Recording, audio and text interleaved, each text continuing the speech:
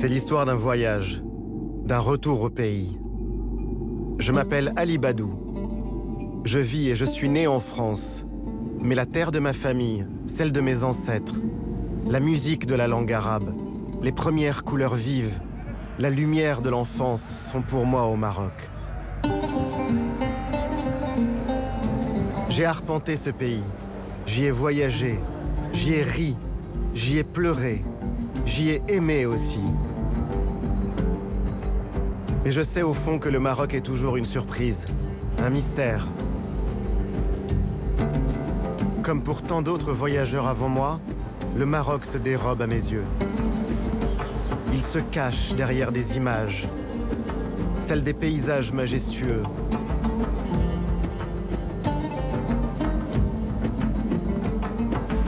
Celles des ruelles, des médinas. Vous y avez marché, moi aussi.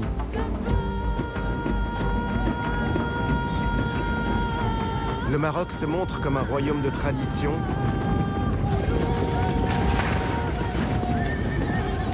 C'est aussi un pays entré de plein pied dans la modernité.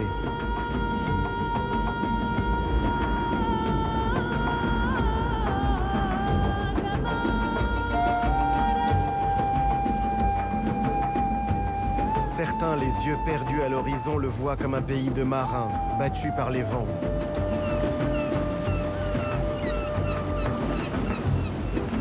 D'autres, au contraire, ont cru trouver la vérité du Maroc dans les montagnes et les vallées de l'Atlas.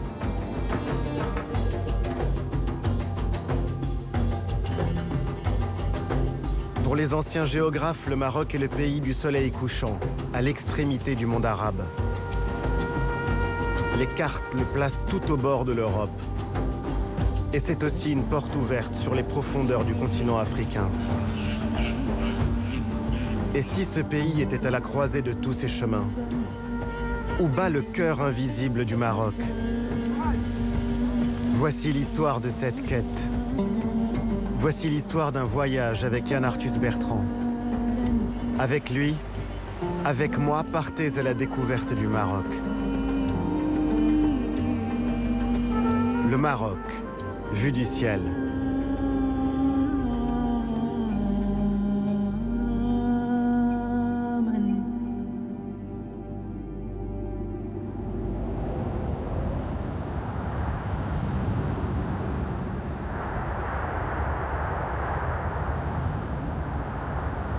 Par quoi commencer? Pourquoi pas par là où tout a commencé, loin de la mer, sur ces falaises du massif du Zarhoun qui bordent le sud du Rif, là où le Maroc est né.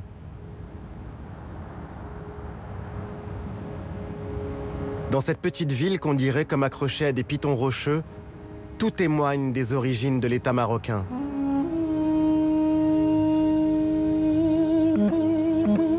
La ville de Moulay Idriss raconte ses temps anciens, ces jours de la fin du 8e siècle quand ce descendant du prophète qui fuyait l'Orient et les persécutions était venu trouver refuge sur ces lointaines terres berbères.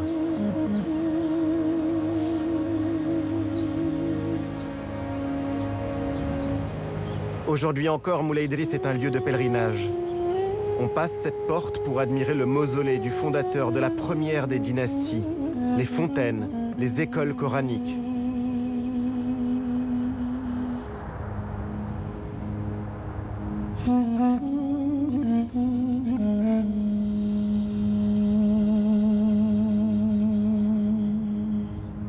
Certains y vont, la foi chevillée au corps, pour chercher la baraka et les faveurs d'un saint descendant du prophète.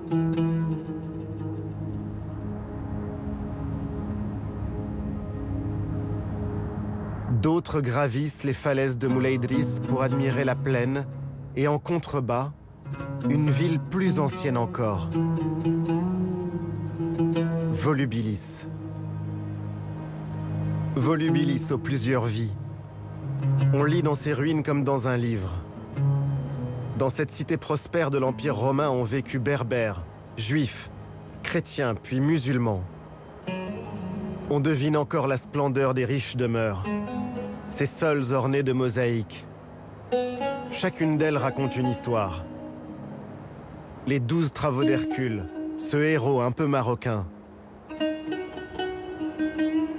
Hercule, demi-dieu de la mythologie qui vint ici, sur ces terres, pour vaincre le géant Atlas et qui sépara pour toujours l'Afrique de l'Europe. Hercule qui a tout changé. À Volubilis, on surprend aussi la déesse Diane qui prend son bain au milieu des nymphes.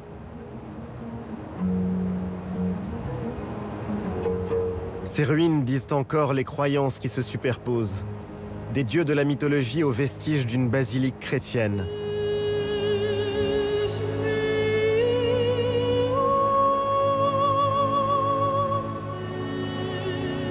Autant de traces de ce lien profond entre les racines du Maroc et les cultures, les civilisations de la Méditerranée. Le Maroc est ancré en Afrique. Il est aussi presque européen. Car avant tout, le Maroc est profondément méditerranéen. Toute son histoire en atteste, à commencer par les dynasties qui s'y sont succédées. Après Moulay Idriss et Volubilis, c'est à Meknès et à Fès que l'on remonte le mieux le temps. Meknès, la rivale de Fès. La ville de mon père. Dans les réunions de famille, on s'amuse de cette rivalité. Tout est prétexte à polémiquer et à rire entre les deux villes voisines. Les variantes dans les recettes de cuisine, les différences de caractère ou les traditions.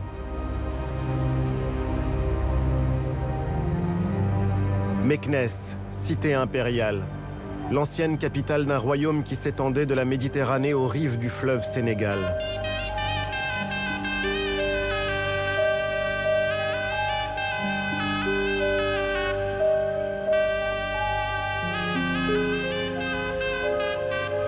Comme Versailles raconte Louis XIV, Meknès raconte son contemporain, le roi Moulay Ismail.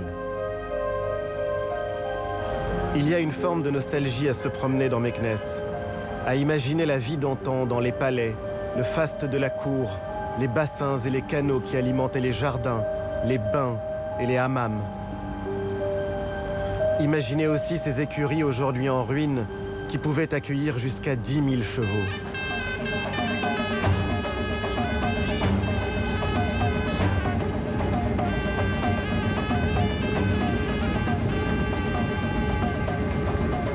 Ce fut comme une apparition. J'ai vu une charge de cavalerie filant vers un ennemi imaginaire. Une fantasia. Les groupes de cavaliers portent toujours les noms des anciennes ethnies. Les Zmour, les Aer, les Rhamna.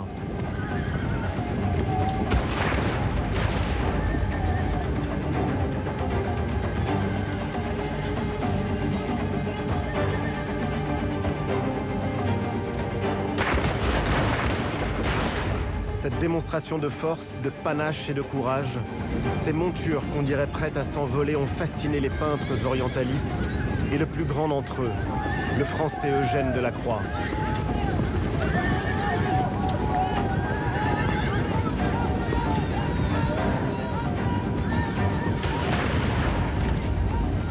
La fantasia n'est pas la guerre, mais un jeu, qu'on appelle aussi le jeu de la poudre. Et ces spectacles sont encore aujourd'hui bien plus qu'un folklore. Une manière de domestiquer la violence, de dire aussi la fierté d'une appartenance.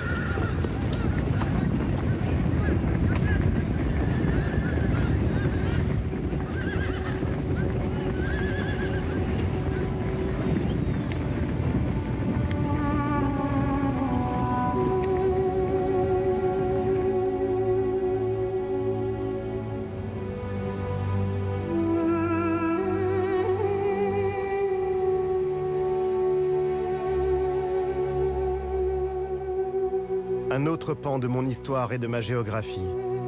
Une autre cité impériale. Fès, la ville de ma mère.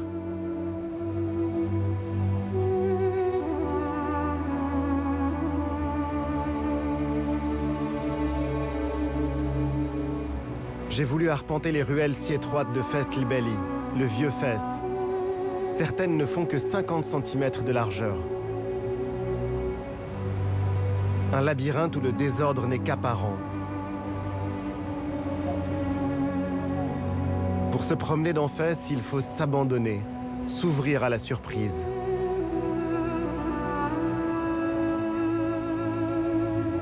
Et au cœur de la ville, la mosquée Qarawiyyin, qui abrite l'une des premières universités au monde. Sous ses toits verts émeraude se loge un chef-d'œuvre d'architecture et d'ornement. 20 000 fidèles peuvent s'y réunir. La Qarawiyyin, l'un des principaux centres intellectuels et spirituels de l'islam.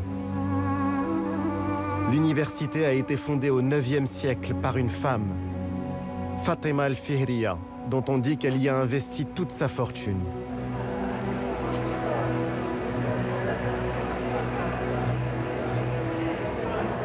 La Médina est un écosystème fragile. Pour la protéger, Fès est classé patrimoine universel de l'UNESCO.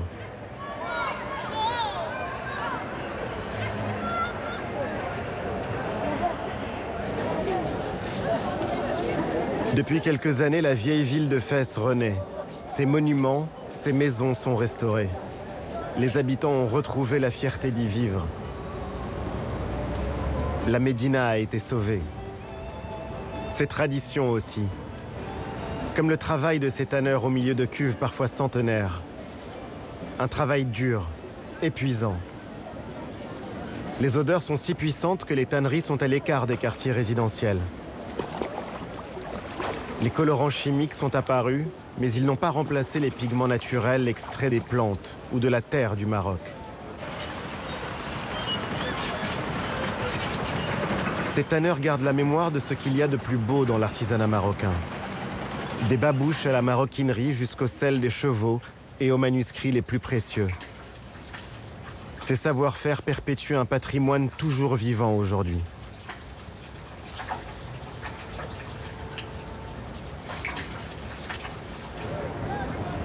Fès est le modèle de la ville au Maroc. À tel point que pour désigner Fès, il suffisait à ses habitants de dire El Medina, la ville. Ville qui est comme un microcosme de l'identité du pays.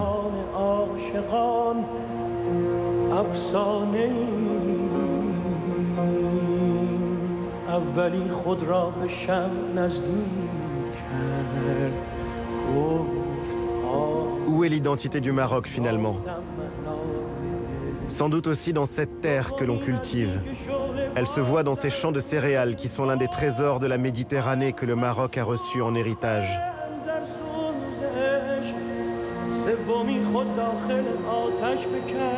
Les céréales sont à la base de la cuisine marocaine. On extrait le cœur de la graine, la farine fleur pour la pastilla. On travaille le blé dur pour le couscous. Chaque région a son pain.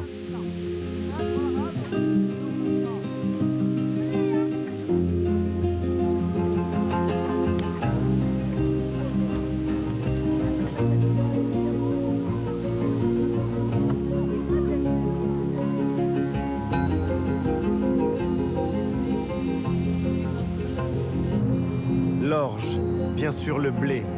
Le blé dur et le blé tendre sont des denrées fondamentales, indispensables pour la sécurité alimentaire, et malheureusement si sensibles aux variations climatiques. Bon an, mal an, on continue d'en importer pour couvrir les besoins des Marocains.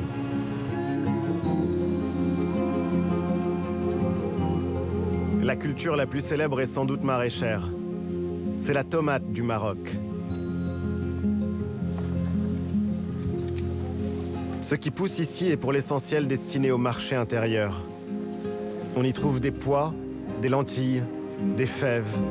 Ces légumineuses qui ont été la nourriture de base des hommes dans toute cette région du monde.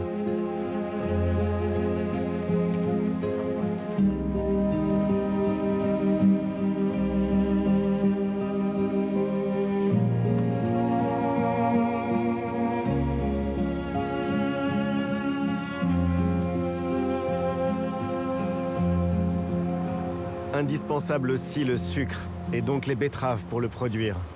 On offre encore du sucre dans les grandes occasions. C'est une manière de partager la joie, et au moment des décès, le sucre adoucit la douleur.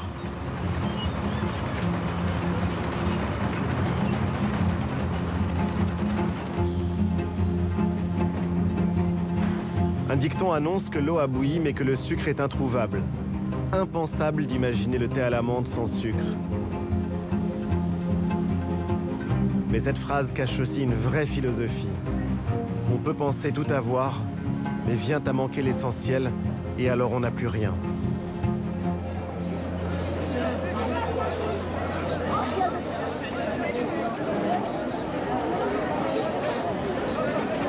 À la campagne, le rendez-vous incontournable, c'est le souk, le marché hebdomadaire. Même à l'heure du téléphone portable et d'Internet, le souk est en lui-même un vrai réseau social. On y vient bien sûr prendre des nouvelles des proches. On y parle de la pluie qu'on attend, qu'on espère. La pluie, absolument déterminante dans un pays toujours exposé à la sécheresse. C'est elle qui remplit ou qui vide les étals dans les marchés. C'est elle qui décide de la pénurie ou de la prospérité.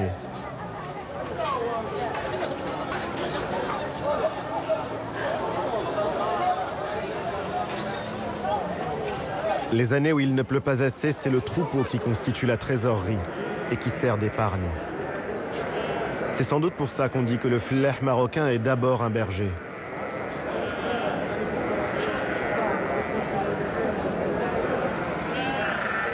Longtemps, servir à ses invités de marque une autre viande que l'agneau était une offense. Bien sûr, les choses ont changé, mais le méchoui reste incontournable pour les cérémonies et pour les fêtes.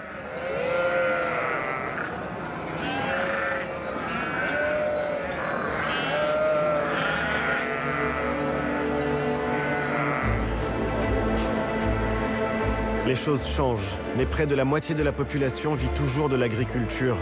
Et il faut nourrir 35 millions de Marocains. Je laisse le monde rural à sa vie et ses négociations. Sur la route, le Maroc se dévoile. Les plaines agricoles ne représentent qu'une petite partie du pays. Le territoire est occupé au centre par une longue chaîne de montagnes. C'est l'Atlas. Et au sud par un désert, le Sahara. Et tout le long, comme une immense muraille, l'océan Atlantique.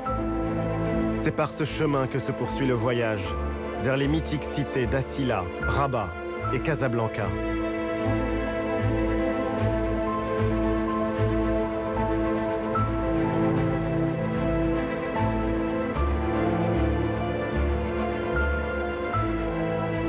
L'océan Atlantique à perte de vue plein sud. Des plages de sable fin, des lagunes, des villes occupées dès l'époque romaine, comme autant de traces laissées par les bâtisseurs marocains, espagnols, portugais, français.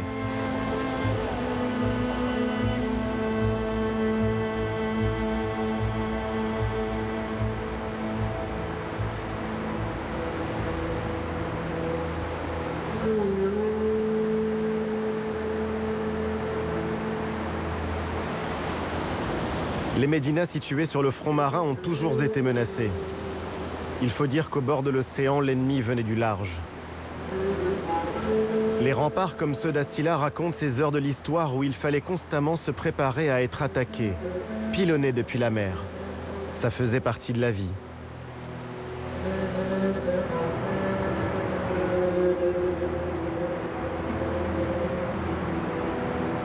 Assila est devenue la ville des peintres, qui chaque année, au moment de son festival, prennent les murs de la Médina pour toile et la transforment en œuvre d'art éphémère.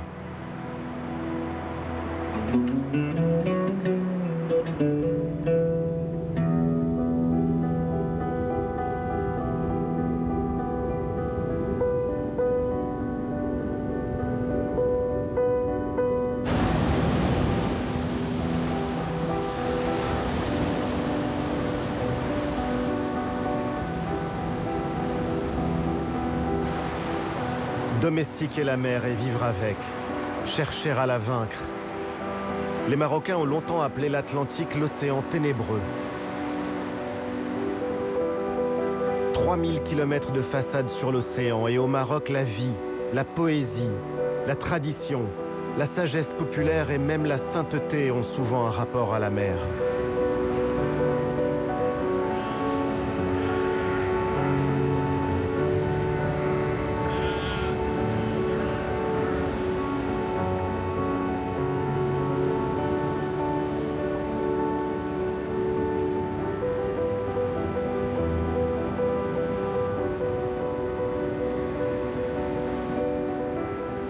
XVe et XVIe siècle, l'Inquisition condamnait les Marocains qui cherchaient à apprendre et maîtriser les techniques de navigation, ce qui leur était formellement interdit.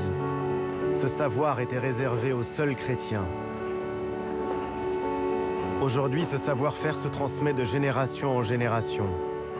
Le travail du bois, l'architecture des coques sur lesquelles on peindra des dessins, des inscriptions pour protéger le navire du mauvais œil et du mauvais sort.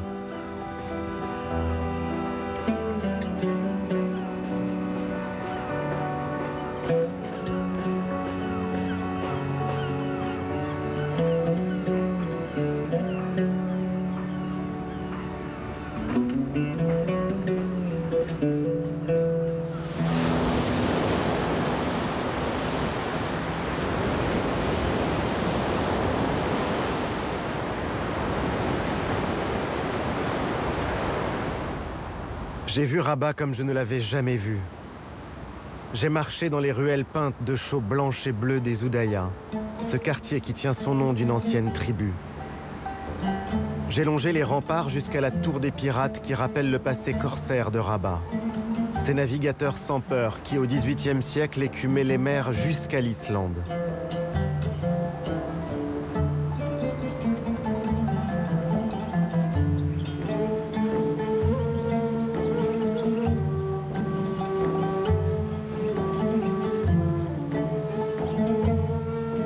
J'ai trouvé refuge dans le jardin andalou, comme si le temps y était suspendu.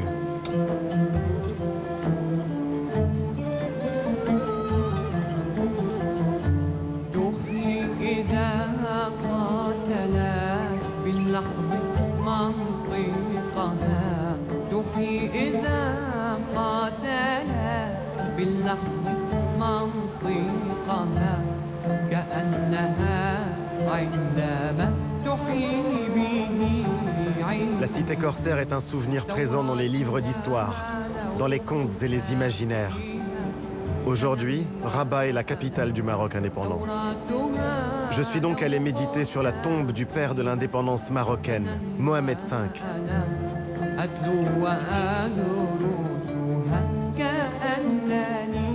Ce mausolée de marbre blanc qui les abrite, lui et ses fils, surplombe le fleuve Bourgreg. J'ai admiré la tour Hassan. Son bâtisseur, le roi Yaqub el-Mansour, rêvait au XIIe siècle d'en faire la plus grande mosquée du monde musulman d'Occident. Seul le minaret résista au terrible tremblement de terre de 1755.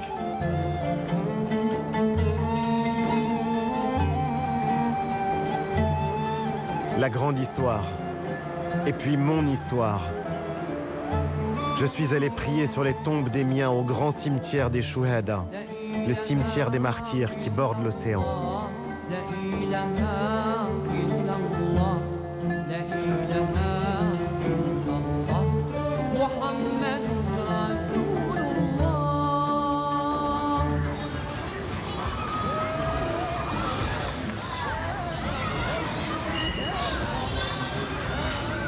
La ville de mon enfance a bien changé. Ce n'est plus cette belle endormie où je passais mes vacances. La ville s'est modernisée. Le tramway la parcourt et la relie à sa sœur jumelle, Salé. Plus loin, le pont Mohamed VI, le pont à haubans le plus long d'Afrique. Il ouvre Rabat sur le reste du pays. Ce pont évoque surtout un pays en plein changement. On franchit une nouvelle étape. Loin des images d'Épinal, celle d'un pays figé dans ses traditions. Le royaume est en plein développement.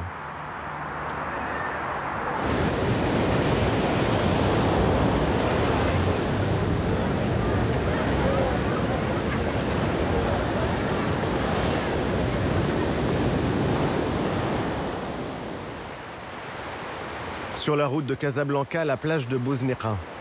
Les riches Casablancais y ont des maisons d'été, imposantes, luxueuses. Ces grandes villas ont remplacé les cabanons de bois qui dataient pour certains du protectorat. On en trouve encore quelques-uns dans la baie voisine de Dahomey. Ils sont exposés à l'érosion et aux marées.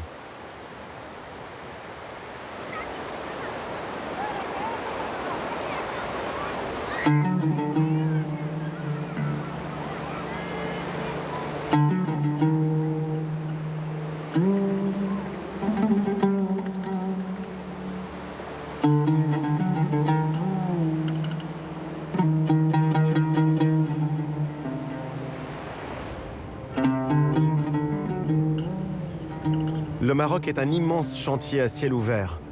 Habitation, infrastructures, grands projets. Le sable est l'ingrédient principal du béton. Alors il faut du sable.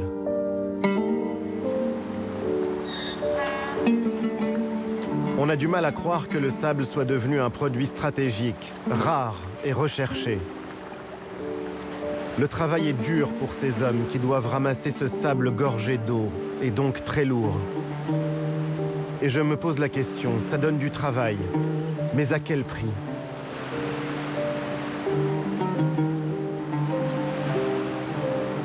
La demande est forte, son cours est élevé. Gratuit et abondant, le sable marin n'est pourtant pas une ressource illimitée. Dans de nombreux endroits, son extraction abusive met en péril le littoral et participe à l'érosion des plages. Ce ne sont bien sûr pas quelques ânes qui mangent les falaises. Ailleurs, d'autres utilisent des machines et des camions pour le transporter.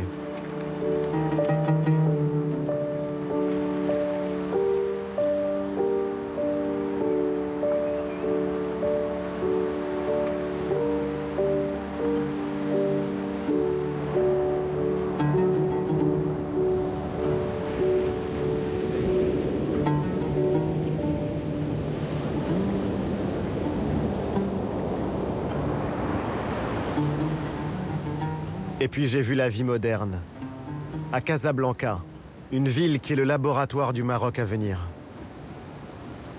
Les nouveaux modes de vie, les nouveaux métiers, les nouvelles relations sociales, tout ça s'invente ici, dans cette métropole qui n'arrête pas de changer.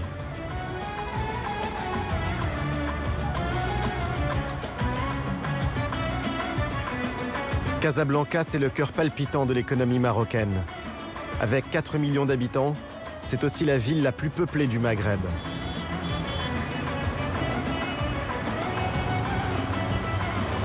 Casablanca est une métropole éclatante de vie, où cohabitent la richesse et la pauvreté. Une ville jeune, à l'image du pays dont un quart de la population a moins de 15 ans.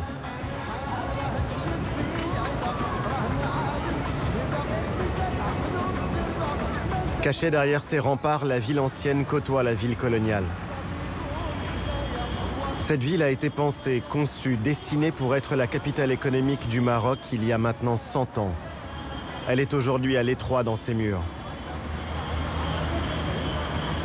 Cette cité résolument tournée vers l'avenir a encore un peu de mémoire. Ses monuments art nouveau ou art déco, comme l'église du Sacré-Cœur, convertie en salle d'exposition.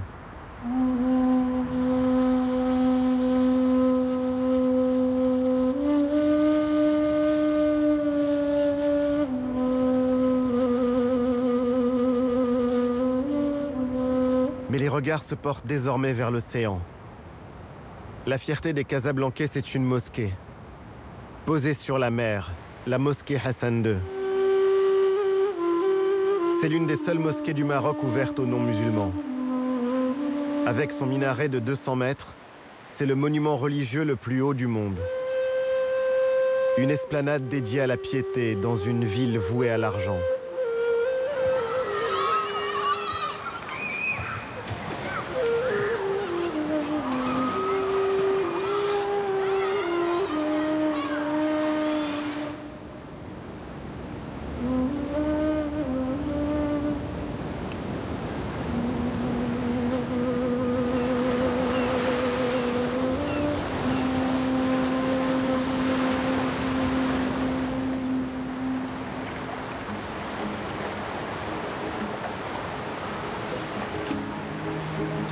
Les pêcheurs, ce peuple de la mer qui est aussi le peuple de la nuit et du petit matin. Ces hommes vivent au rythme des saisons et des migrations des bancs de poissons.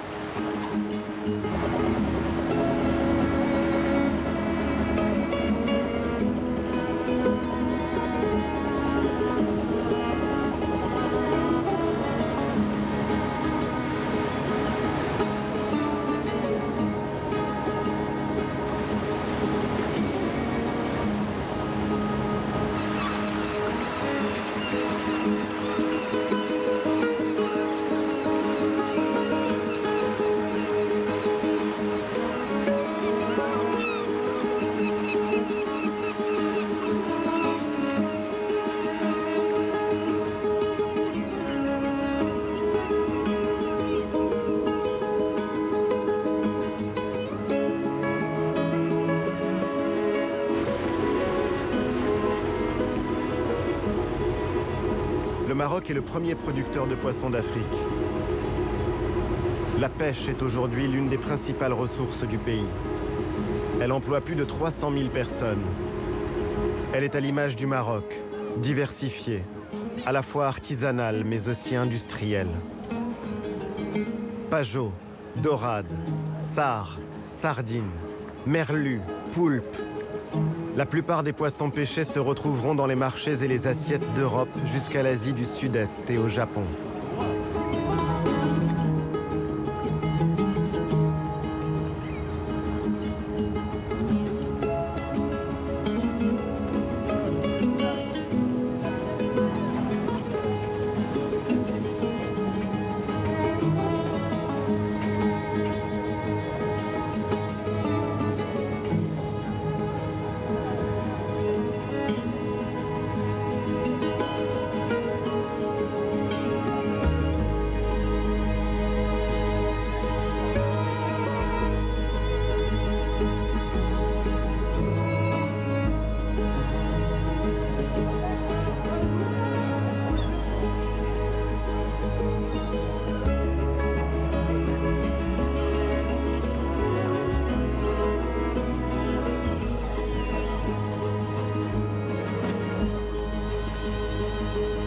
Depuis quelques années, on commence à lutter contre la surexploitation, à respecter les cycles biologiques, améliorer les conditions de travail et de vie sur les chalutiers. Mais la concurrence est rude. Le monde entier vient pêcher au large du Maroc.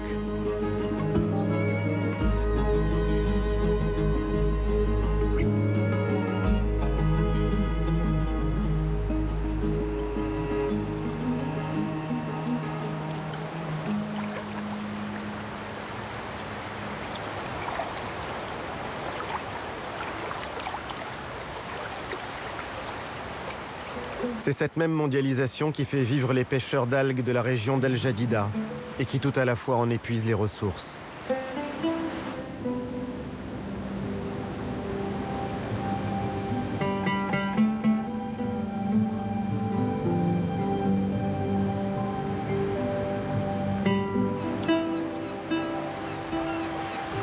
Combien de temps encore verrons-nous ces scènes ? Les algues rouges ne sont pas une richesse dont on peut profiter sans limite. Ramassées, séchées au soleil, ces algues sont utilisées dans l'industrie pharmaceutique ou cosmétique. Transformées par la chimie, elles serviront à fabriquer l'agar-agar, ce gélifiant végétal utilisé par les groupes agroalimentaires. La demande est forte. Seule une infime partie de cette manne reviendra à ces femmes, à ces hommes qui récoltent les algues quelques mois par an.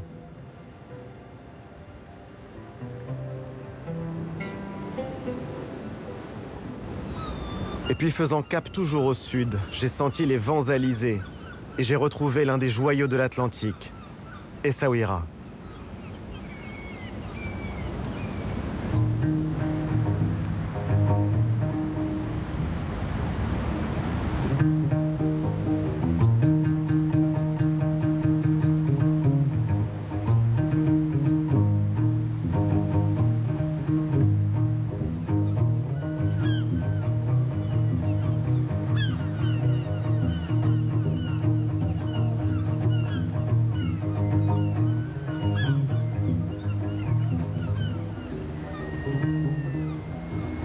Essaouira, cette ville entre deux mondes qui vit au rythme de la musique gnawa.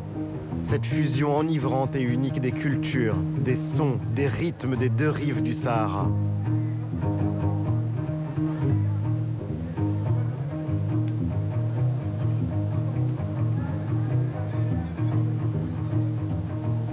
Longtemps, une caravane de 10 000 chameaux reliait Essaouira à Tombouctou et poussait ses relais jusqu'à Saint-Louis au Sénégal.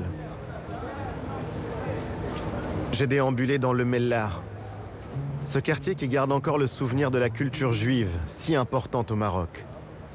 Les murs, les maisons témoignent de ce glorieux 19e siècle, quand celle qu'on appelait Mogador était une plaque tournante du commerce international.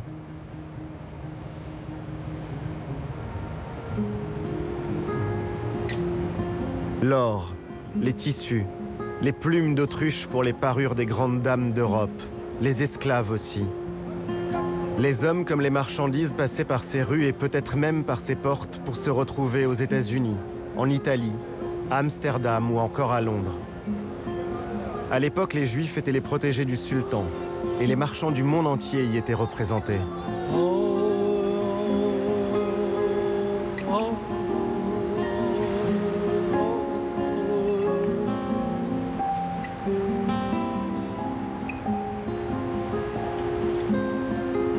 Partout au Maroc, les quartiers juifs portent le nom de Mellah, un mot dont l'origine vient du sel. Certaines activités de salaison et de conservation ont longtemps été réservées aux Juifs marocains. Pendant des siècles, l'histoire du Maroc s'est confondue avec ce commerce, quand le sel était au centre des échanges de la Méditerranée jusqu'au sud du Sahara. Du sel contre l'or du Ghana.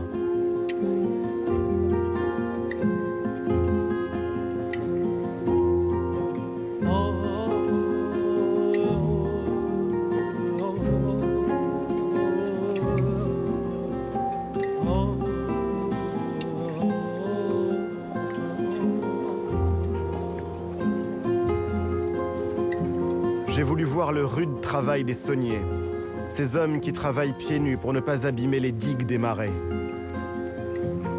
Je me dis que ces différentes scènes, toutes ces strates ne disent qu'une seule et même histoire, celle d'un pays qui s'est inventé au carrefour de grandes routes commerciales. Le sel marque bel et bien une étape dans ce voyage. Cette fois, la Méditerranée s'éloigne pour de bon. Le sel et la brise des Saouira annoncent l'Afrique.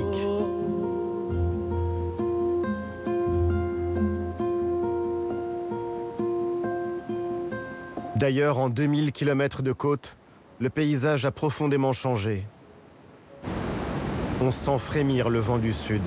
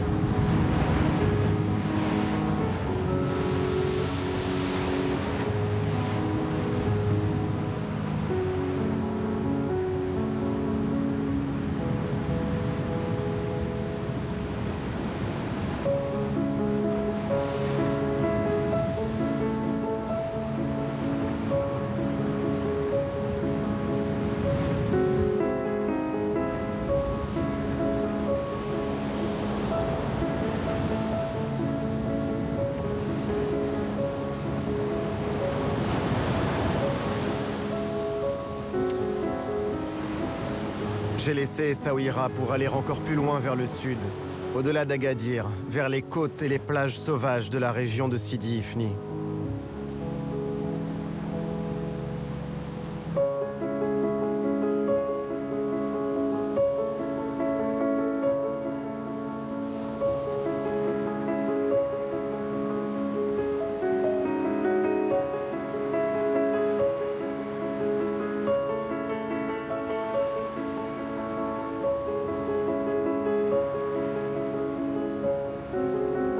Contempler encore une fois les arches de l'Exila. L'arche que l'on voit n'existe déjà plus, emportée par l'érosion. Le monument naturel s'est écroulé.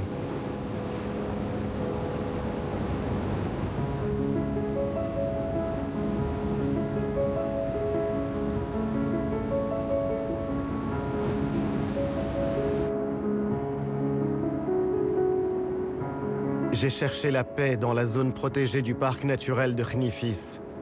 Un panorama unique où se croisent l'océan, le désert et la lagune.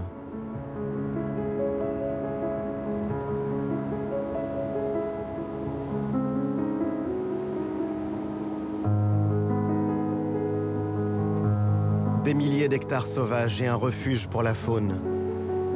C'est la voie de passage des oiseaux migrateurs qui longent le rivage atlantique. Cette route les mène jusqu'en Afrique du Sud. Ce littoral fut aussi un repère pour les hommes. Khnifis était une étape sur la route de l'aéropostale. Mermoz, Saint-Exupéry suivaient la côte pour ne pas se perdre. C'était alors leur seule chance de franchir le désert.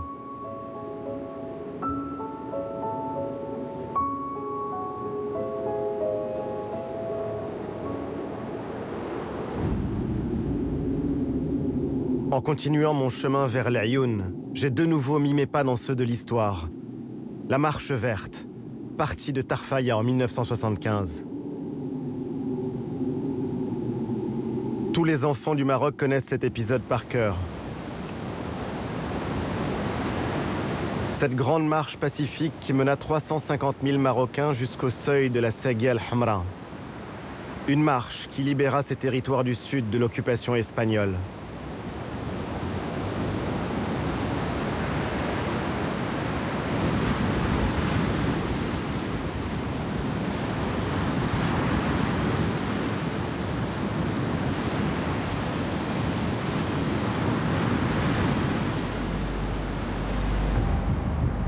L'Aïoun a connu ces dernières décennies un développement fulgurant. L'ancien petit campement de l'époque coloniale est devenu le principal centre urbain des provinces du Sud. La population y a plus que doublé en 40 ans. Autour de la grande place du Méchoir, la ville s'est agrandie avec ses infrastructures, ses banques, ses administrations et ses entreprises. Comment imaginer qu'à la place de cette ville en plein désert, il n'y avait encore récemment que des traces de passage de tribus nomades? Partout, de grands chantiers sont lancés pour développer l'économie de la région. Et le Maroc attend que sa souveraineté sur le Sahara soit entérinée par l'ONU.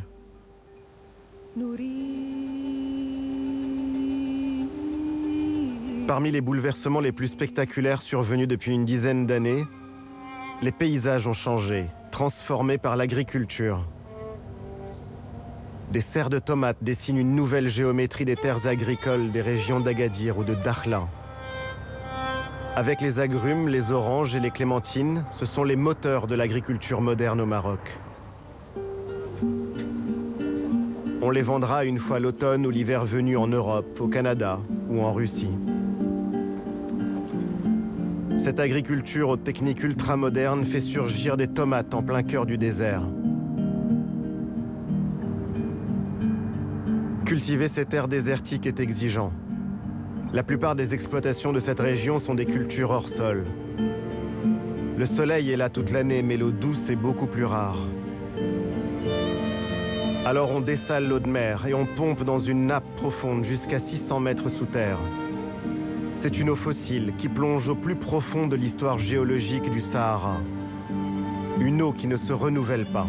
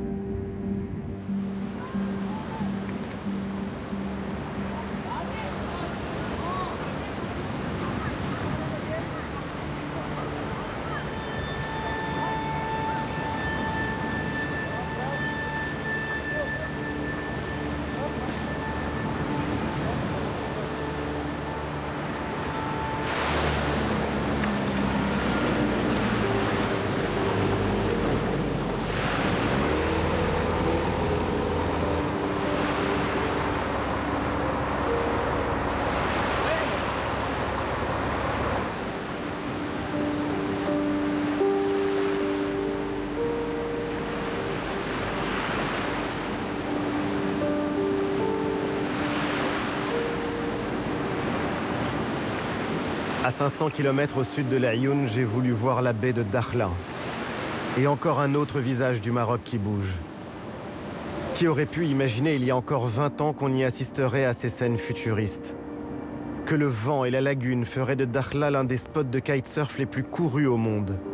Le terrain de jeu idéal pour les sportifs et les passionnés de cette discipline. Mais Dakhla, ce n'est pas seulement ça. L'écrivain Leila Slimani évoque ce lieu unique comme la baie de tous les possibles. La fusion du désert et de l'eau, quand la terre pénètre l'océan. Leila Slimani qui nous dit qu'aimer Dakhla, c'est d'abord et avant tout avoir le souci de la sauvegarder.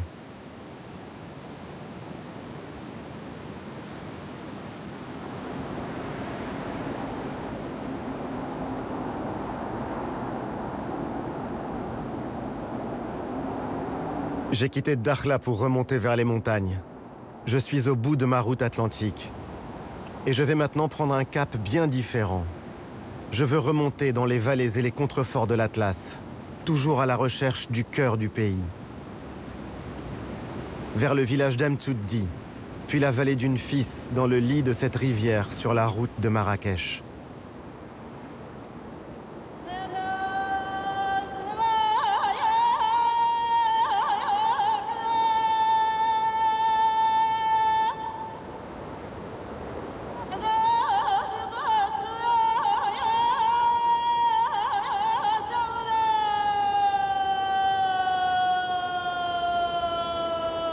Amtuddi est niché au pied des falaises abruptes de l'anti-Atlas. Près de 300 familles vivent encore ici, au creux de cette vallée. Le contraste est fort. À peine quelques centaines de kilomètres nous séparent des grandes villes de la côte. Et pourtant on fait ici un saut dans le temps. On trouve des traces d'occupation humaine jusqu'à 10 000 ans avant Jésus-Christ. Des gravures rupestres montrent des éléphants, des girafes, des rhinocéros ou encore des autruches. Mais cette région est aussi celle de l'Agadir, ces greniers collectifs bâtis par les habitants.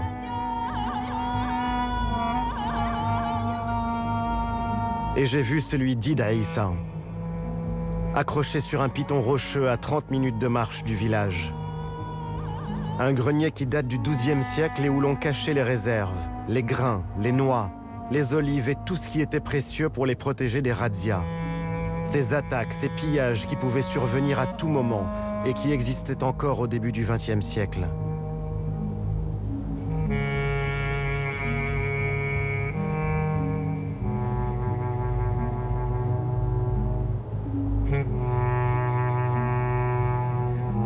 Le spectacle de ces fortifications rappelle la précarité de la vie en ces temps anciens, quand les hommes et leurs biens suscitaient les convoitises.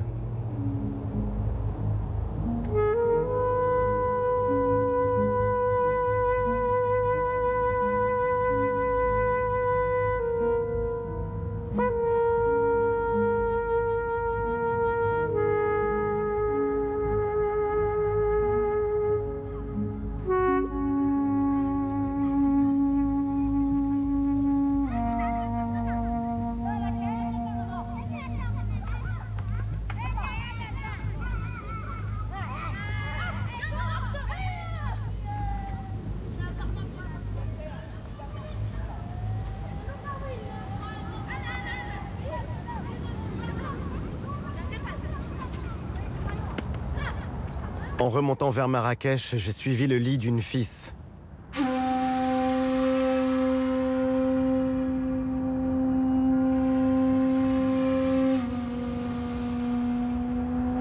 Dans ces vallées vertes où persiste encore la vie en hameau, chacun d'eux rassemble une famille ou un clan.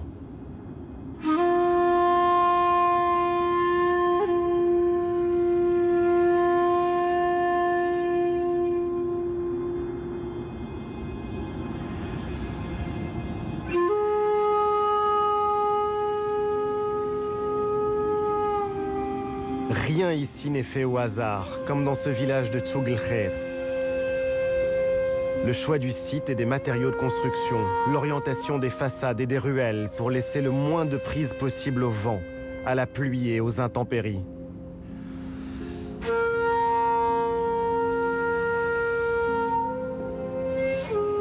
Dans le langage d'aujourd'hui, on dirait que ce sont des modèles d'architecture bioclimatique. Tout ici est défi pour les hommes. Il faut du génie et un travail harassant pour vaincre les pentes des montagnes, organiser la vie en commun. La survie de l'individu est impossible en dehors du groupe.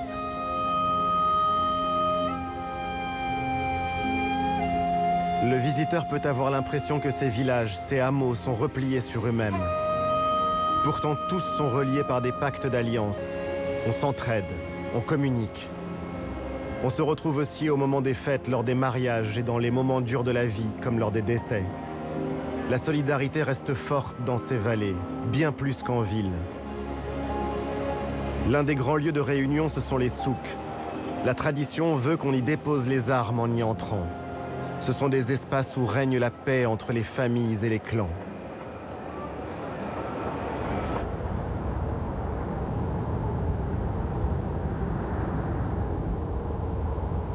Toute cette vie dans les vallées et les montagnes n'existerait pas sans eau. L'eau est si précieuse qu'on a appris ici que gouverner, c'est pleuvoir.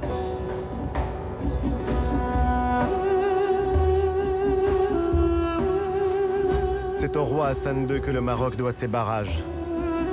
Un choix stratégique engagé il y a 40 ans, à une époque où l'on ne se souciait pas autant de la gestion des ressources en eau.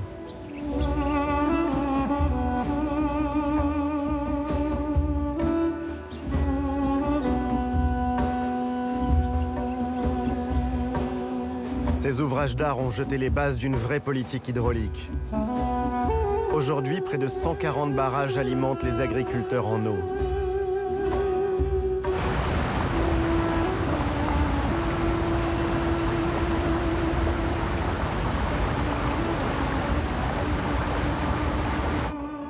De ce souci de l'eau est né un art, un savoir-faire qui a donné naissance à de remarquables bassins. Certains sont vieux de plus de 700 ans. Le bassin de la Ménara est alimenté par un système hydraulique. Il achemine l'eau depuis les montagnes, à 30 km environ de la ville de Marrakech. Ce bassin permet l'irrigation de l'oliveraie qui l'entoure. La Ménara. On ne compte plus les légendes qui sont nées de ce lieu. On raconte que le roi Moulay Ismaïl y aurait noyé nombre de ses conquêtes après les avoir séduites. D'autres disent que sous le bassin se trouve le trésor que le sultan Abou Bakr ibn Omar aurait rapporté d'Orient. Reste un lieu à part, loin de la folie du centre de Marrakech. Une promenade pour les amoureux.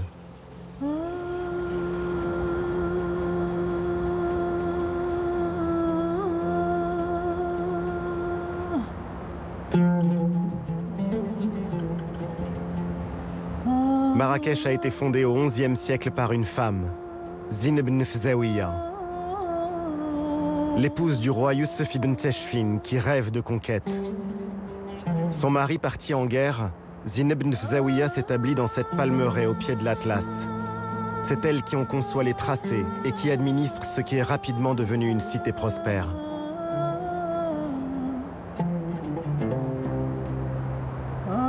Derrière ces remparts robustes, Marrakech, la ville impériale, est devenue l'une des capitales du tourisme mondial. Mais même au cœur des lieux les plus visités, l'âme de la ville est restée vivante.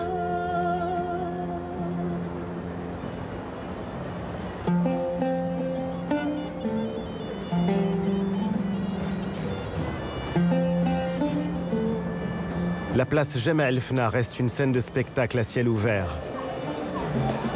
Un lieu où s'entend encore le génie des conteurs, les rires, les prophéties des voyantes, où les discours sacrés côtoient les paroles profanes.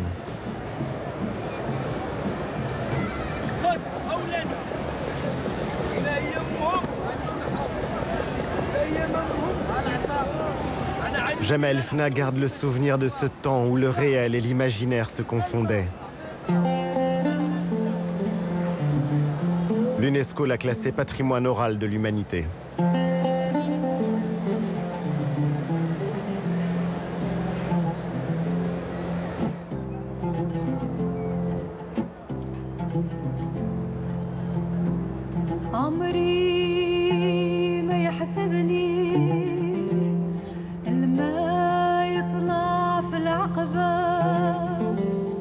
Cette âme de Marrakech, on la retrouve encore en flânant dans les jardins Majorelle, du nom de ce peintre français tombé amoureux du Maroc. Passionné de botanique, il a créé un jardin qui est une œuvre d'art vivante en plein cœur de la ville. Il a aussi créé le bleu qui porte depuis son nom. Ce bleu outre-mer en écho au ciel de Marrakech.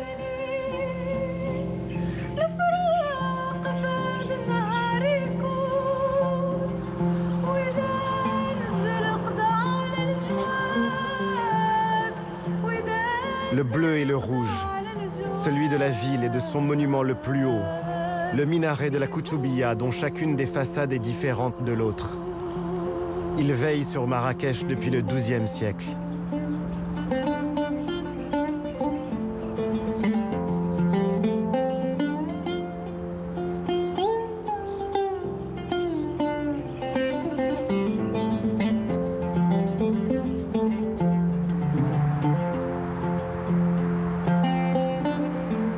faut dire que la ville s'est considérablement agrandie, et notamment pour accueillir les touristes.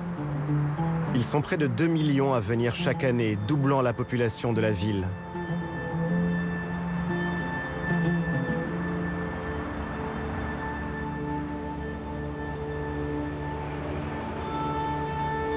Beaucoup font le voyage et viennent à Marrakech pour jouer au golf. C'est une chance pour l'économie en même temps qu'un pari écologique délicat, car cette ville aux portes du désert est mise au défi de l'eau.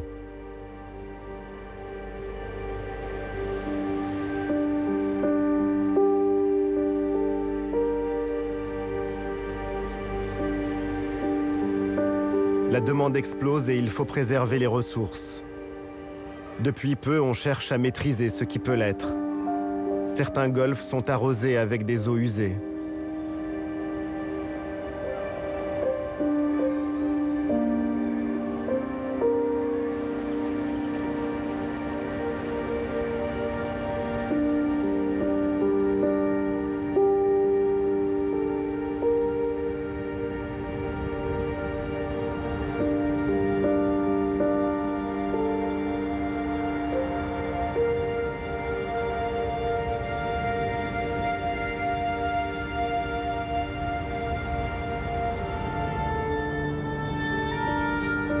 De Marrakech à Tellouet et vers Ouarzazate, on franchit les vallées et les cols du Haut Atlas.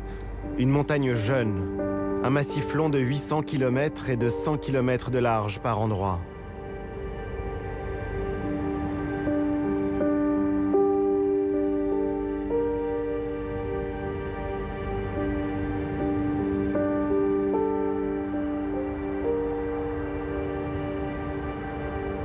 Cette fois, la route nous emmène au plus profond du pays, sur ces sommets enneigés.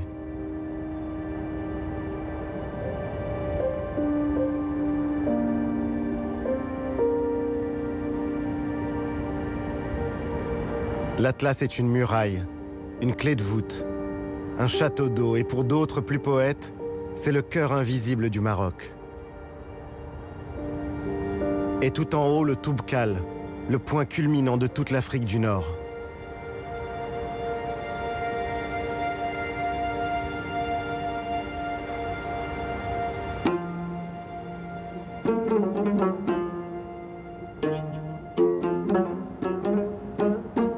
L'histoire de l'Atlas, c'est aussi celle d'un refuge.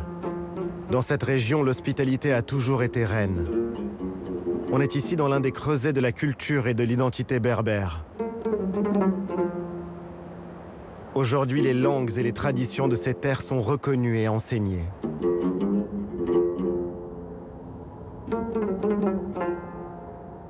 Dans les vallées, le verre est toujours différent.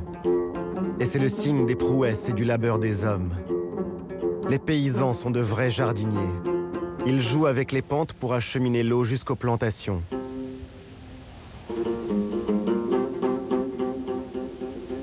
Depuis l'âge de bronze, on cultive la rose en Méditerranée.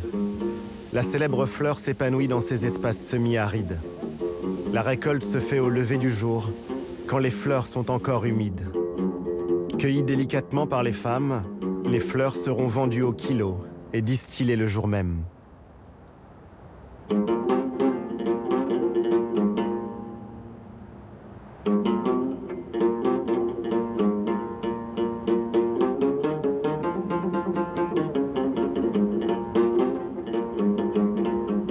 Certains villages construits en pisé sont abandonnés.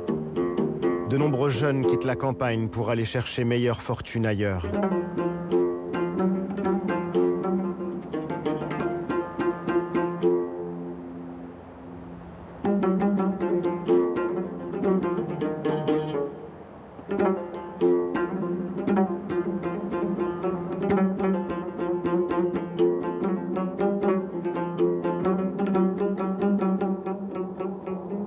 Sur la route de Ouarzazate, une fois franchi le col du Tizi Tishka, Tellouet. Pendant des siècles, ce fut le passage obligé du commerce entre Marrakech et le sud de l'Afrique. Le fief du Glaoui, l'ancien pacha de Marrakech. Thamil Glaoui, passé au service des Français, et qui paya cher sa trahison. Si le roi Mohamed V lui a pardonné, la Casbah est laissée à l'abandon depuis l'indépendance.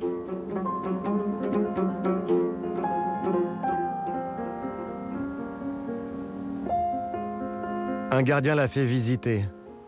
Il raconte dans ce décor de marbre et de zélige dorée qui s'effrite Churchill, Hemingway et les autres visiteurs prestigieux qui ont séjourné ici.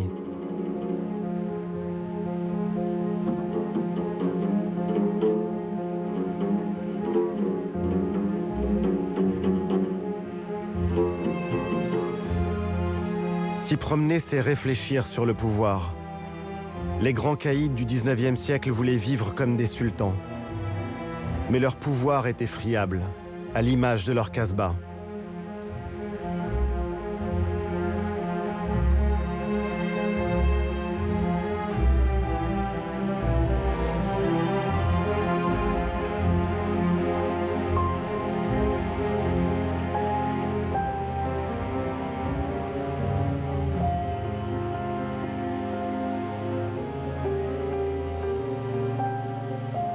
À Telwet, la cigogne blanche veille sur les hommes. Elle n'est pas chassée. La croyance populaire la considère comme un porte-bonheur et un oiseau sacré.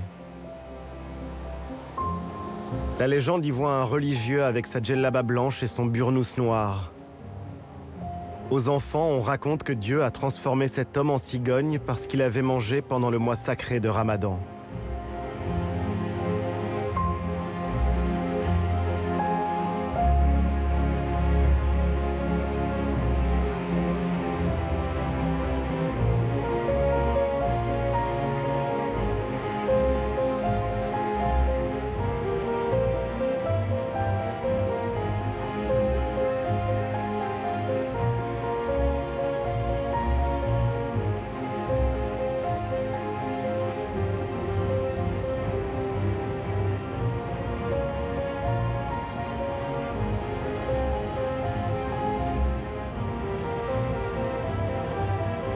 En descendant vers Ouarzazate, sur une colline rose, Eitz Ben Hiddou et ses Casbahs.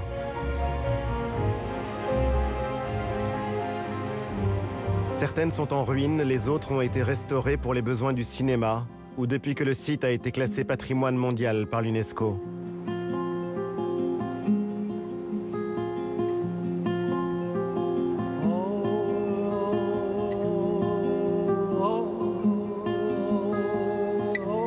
Ces terres sont aussi celles de la civilisation du palmier. Le long des vallées du Ziz, du Dadès ou du Dra, c'est l'arbre roi.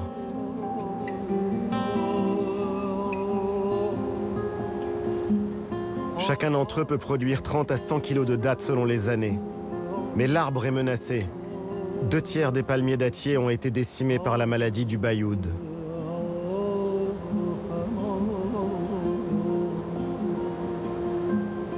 Aujourd'hui, on encourage la plantation de palmiers plus résistants pour aider les villageois. On fait aussi en sorte que la culture et les équilibres sociaux de ces vallées ne disparaissent pas. Pour y arriver, il faut à tout prix développer l'éducation.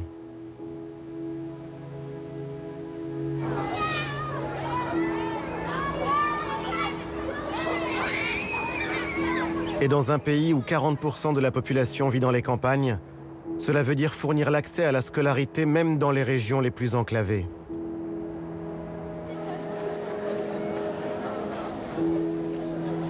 Les filles représentent près d'un écolier sur 2 dans le primaire, mais elles sont beaucoup trop rares à poursuivre leur scolarité dans le secondaire.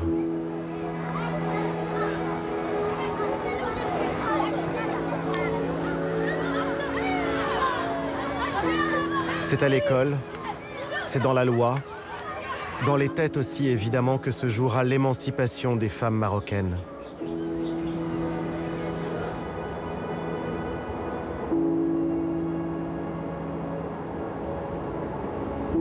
Dans la région de Tarfaya, un dicton populaire disait qu'on n'y trouvait que du vent, c'est-à-dire rien.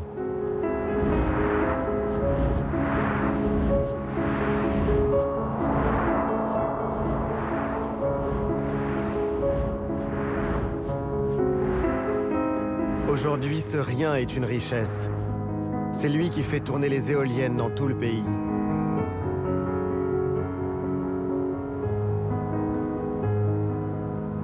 l'économie verte semble avoir profondément pris racine au Maroc. Au cœur des zones désertiques, comme au nord, autour de Tanger, les éoliennes se sont multipliées, comme autant de palmeraies futuristes. D'autres verront le jour dans les prochaines années.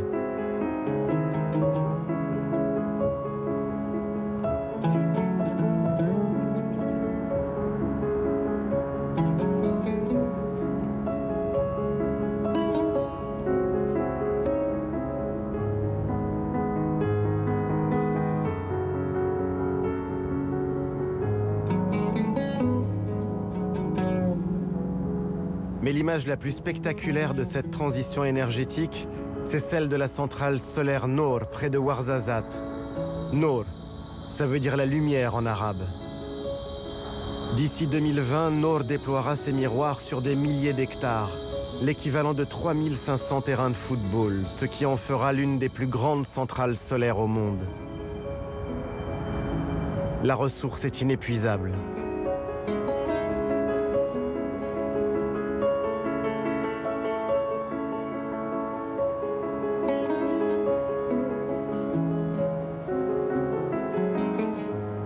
Se tourner vers le soleil, transformer sa lumière en électricité.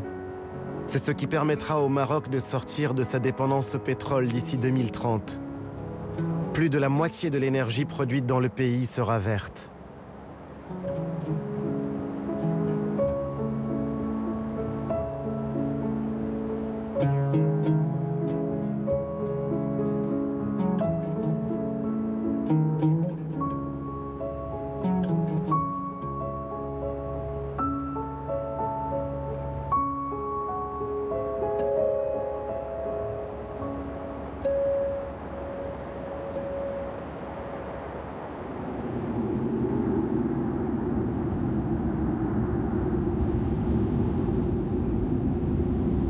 Après Noor commence le désert.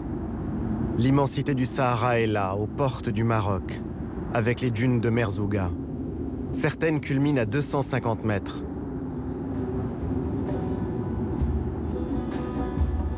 Quelque part à l'est, il y a l'Algérie.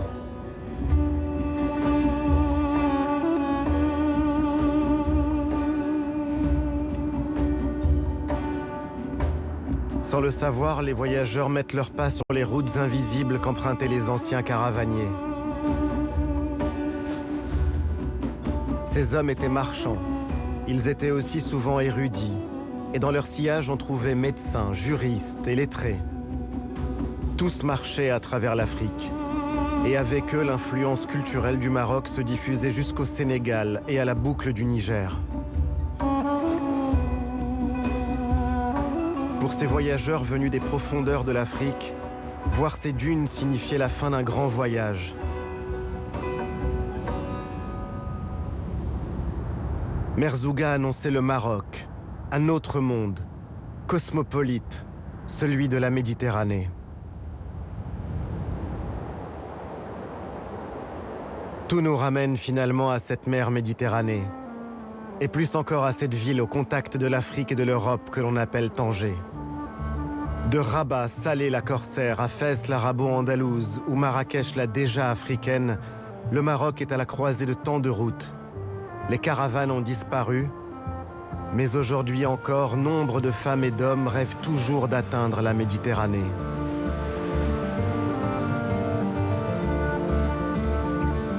Cette Méditerranée dont les vagues dessinent et sculptent la côte.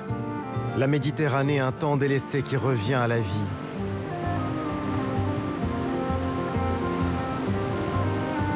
Romains, Phéniciens, Arabes, combien de peuples et d'empires ont contemplé ces falaises? Depuis quelques années, ce sont les Marocains qui se réapproprient leur rivage méditerranéen.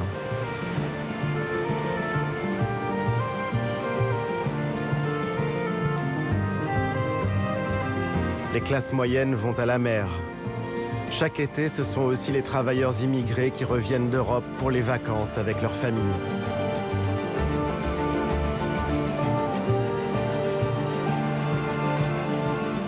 La plage et le soleil ont fait de ces rives de la Méditerranée une côte radieuse. On y croise aussi des Espagnols venus en voisin le temps d'un week-end. C'est un retour de l'histoire dans cette région marquée par les rivalités avec le voisin du Nord. Sous les parasols, on ne se soucie plus des conquêtes.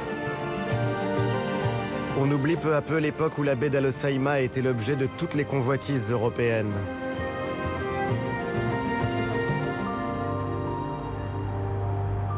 Dans l'arrière-pays, ces histoires croisées entre les deux rives ont donné naissance à une ville bleue. Chefchaouen, une cité construite par les musulmans et les juifs chassés d'Espagne au XVe siècle par la Reconquista. Tout un symbole. Chefchaouen est aujourd'hui un haut lieu du tourisme marocain. On y vient pour admirer ces camaïeux uniques au monde. Certains s'y laissent emporter par des volutes rêveuses qu'offre la terre de cette région.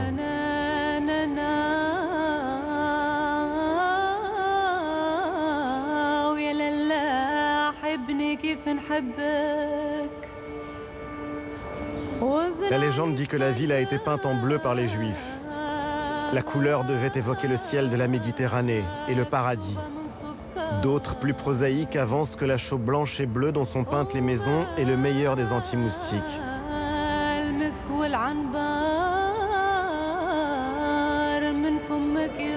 Chefchaouen est accroché sur les contreforts du Rif, cette région qui a toujours défendu sa culture et son identité.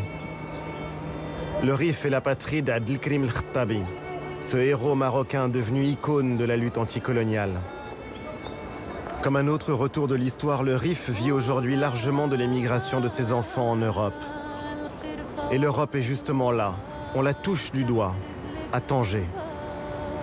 On y charge et on y décharge pour le monde entier, et en particulier pour l'Europe, car le destin du pays se joue dans ses relations avec le nord de la Méditerranée.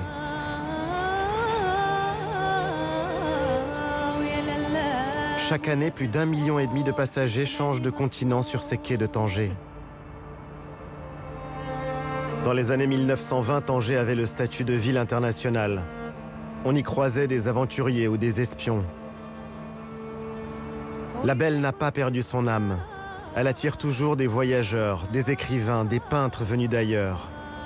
Elle reste cette ville de brassage et de rencontres. Pour les candidats à l'exil venus de toute l'Afrique, Tanger est toujours un rêve. Un rêve d'Europe.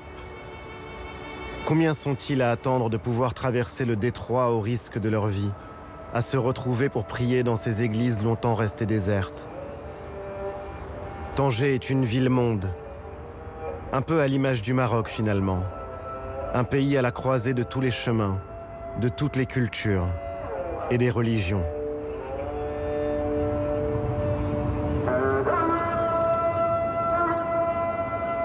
Dans les djellabas de couleur de ces femmes, j'ai vu comme une évocation de la cohabitation des cultures et de la fraternité. L'islam ouvert et tolérant du Maroc.